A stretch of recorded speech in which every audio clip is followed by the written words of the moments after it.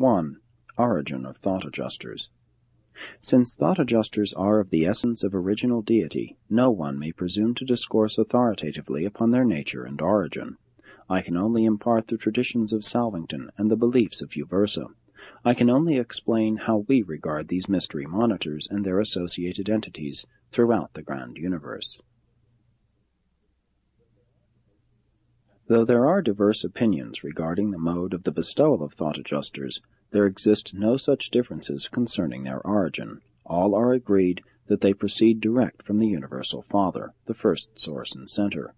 They are not created beings, they are fragmentized entities constituting the factual presence of the infinite God.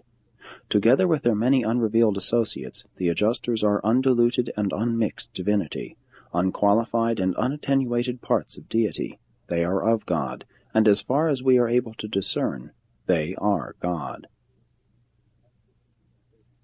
As to the time of their beginning separate existences apart from the absoluteness of the first source and center, we do not know. Neither do we know their number.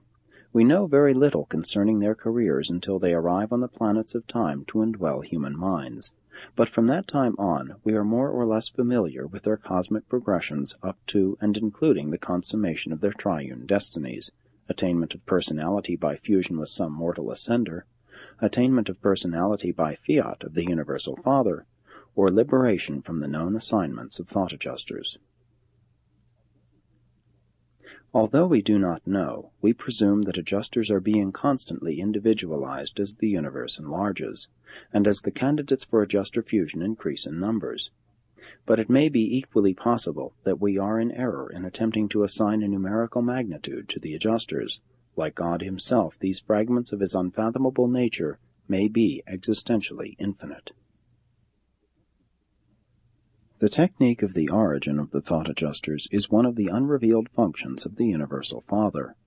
We have every reason to believe that none of the other absolute associates of the first source and center have aught to do with the production of Father fragments. Adjusters are simply and eternally the divine gifts. They are of God and from God, and they are like God. In their relationship to fusion creatures, they reveal a supernal love and spiritual ministry that is profoundly confirmative of the declaration that God is spirit.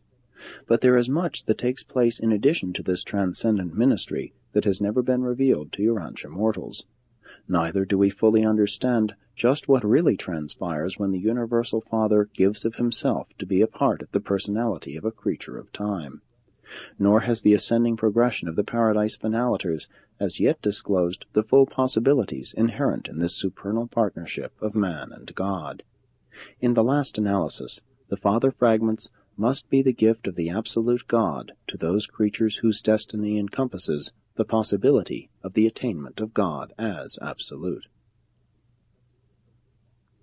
As the Universal Father fragmentizes his pre-personal deity, so does the Infinite Spirit individuate portions of his pre-mind spirit to indwell and actually to fuse with the evolutionary souls of the surviving mortals of the Spirit Fusion series. But the nature of the Eternal Son is not thus fragmentable. The spirit of the original Son is either diffuse or discretely personal. Sun-fused creatures are united with individual bestowals of the spirit of the Creator Sons of the Eternal Son.